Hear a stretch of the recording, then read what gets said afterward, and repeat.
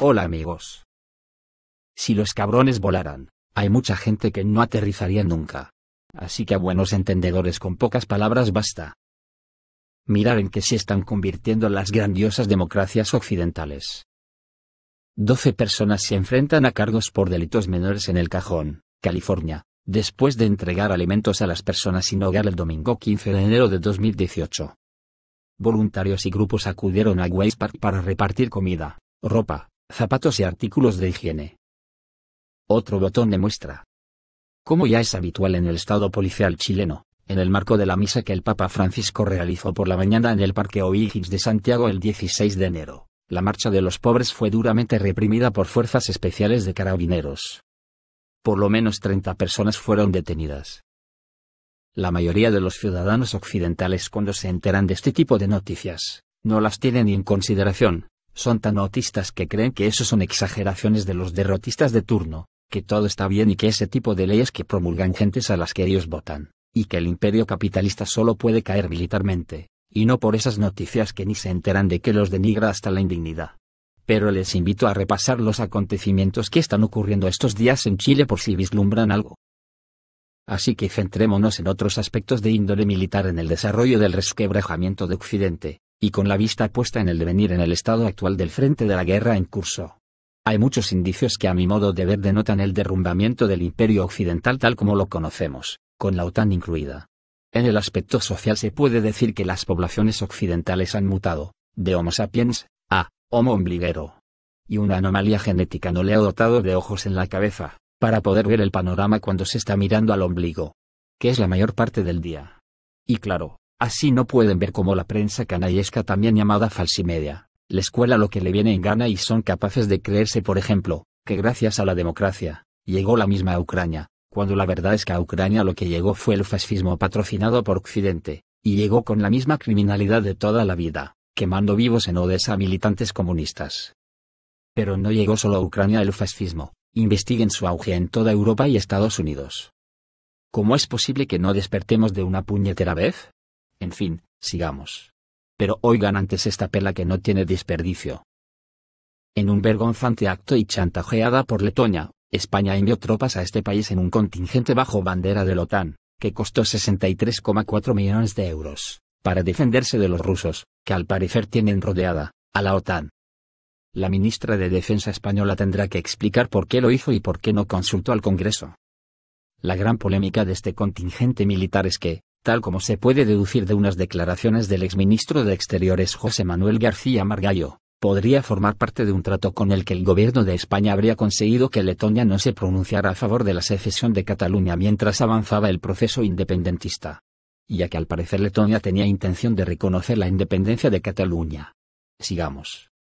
Se están produciendo estos días unos acontecimientos que muestran el estado auténtico del fino hilo que une actualmente a Occidente. Si tendríamos que enumerarlos por importancia, seguramente nos daría estas posiciones. Primero, una ya producida como es la separación de Inglaterra de Europa. Otra es la guerra civil que se palpa en los Estados Unidos con una virulencia palaciega brutal. El tema de Turquía, que claramente de facto ya no está en la OTAN, y encima amenaza con enfrentarse a Estados Unidos militarmente en Siria si los Estados Unidos apoyaría al Estado kurdo. Eso sería el copón de la baraja, porque Estados Unidos tiene unas 100 armas nucleares en Turquía. ¿Se lo imaginan?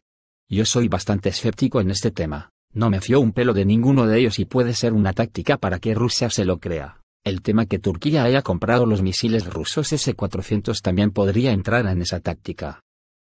El otro día Julian Assange publicó en su cuenta de Twitter una fotografía que contenía un tablero de ajedrez, sin acompañamiento de ningún texto, mostrando una posición en el tablero que se dio en una famosa partida entre Capablanca y Frank James Marshall en 1918. Considerado uno de los mejores juegos defensivos de todos los tiempos y conocido como el ataque Marshall, ¿qué sugirió Assange?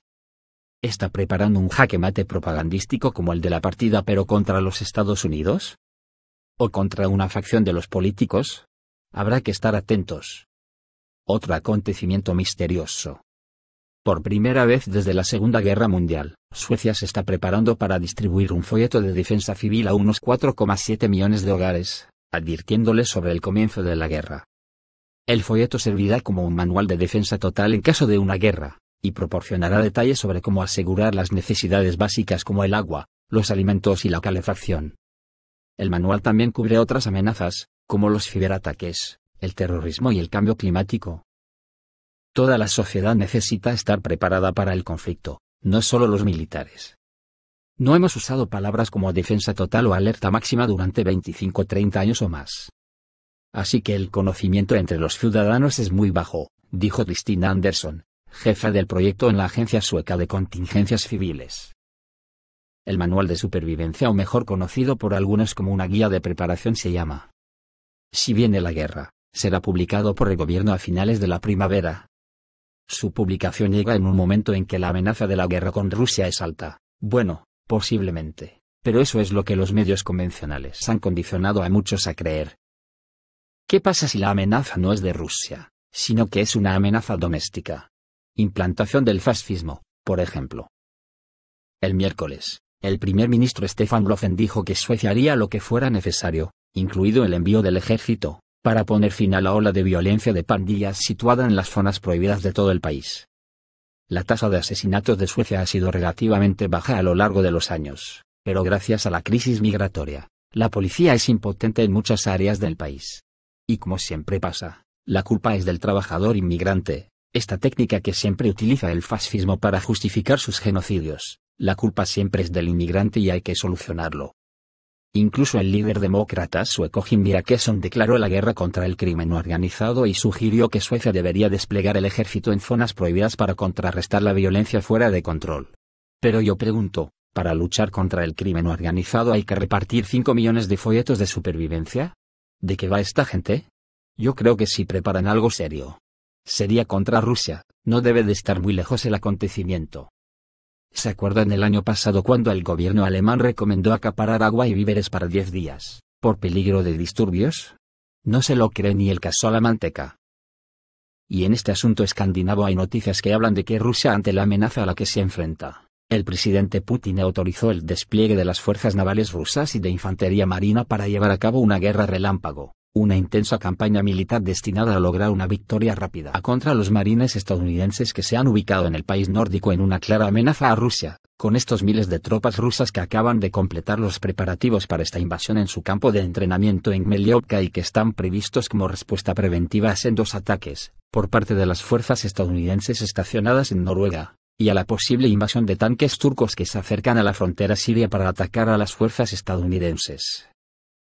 Ya a finales del año pasado los líderes noruegos comenzaron a preguntarse por qué los marines estadounidenses invadieron repentinamente su país, pero su verdadero propósito fue revelado por el comandante general de los marines, Robert Neyer, quien durante la última quincena llegó a Noruega y le dijo a sus fuerzas que está por venir una guerra y prepararse para una gran guerra. Será una pelea a tope, dijo. Inmediatamente después de que el general de infantería de Marina Neyer emitiera su advertencia de guerra, el presidente Putin ordenó que el Ministerio de Defensa comenzara a prepararse para una invasión de Noruega y cuyo objetivo sería destruir todo el programa de preposicionamiento del cuerpo de marines ubicados allí, y cuyas armas masivas y suministros para la fabricación de guerras están destinados a sostener a una brigada expedicionaria de marines de los Estados Unidos en combate durante 30 días, y cuyo único objetivo es Rusia.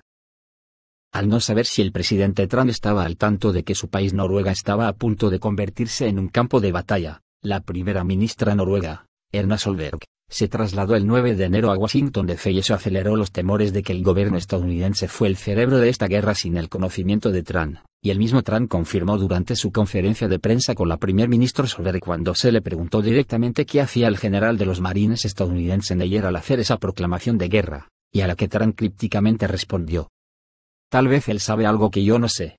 O sea, amigos, tela marinera, lo que tenemos que oír por tener orejas. Con el presidente Putin pidiendo al Ministerio de Defensa que comience a investigar las defensas de la OTAN lanzando bombarderos supersónicos con armas nucleares hacia las bases estadounidenses ubicadas en el Reino Unido, los estadounidenses, como siempre, les han ocultado lo cerca que están de la guerra en todo el mundo.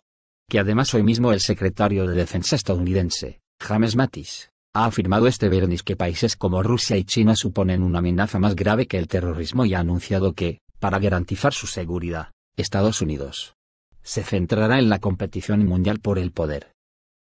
Con China, que ha reforzado las medidas de seguridad en su larga frontera común con Corea del Norte, donde ha desplegado cámaras de vigilancia, puestos de control, detectores de radiaciones y soldados para protegerse de una posible crisis humanitaria, blindando su frontera con Corea del Norte por una posible crisis nuclear. Con Ucrania a punto de arder por los 4 costados. Con Turquía a punto de invadir el cantón de Afrin. Y ya, hay intensos combates con los kurdos en la zona. En una supuesta desobediencia a Occidente, con el Reino Unido en fuga de Europa, con Letonia chantajeando a España para que no reconozca a Cataluña, con Siria amenazando a Turquía si invade Siria, etcétera, etcétera. ¿Se puede considerar que Occidente no hace aguas? Reciban un saludo.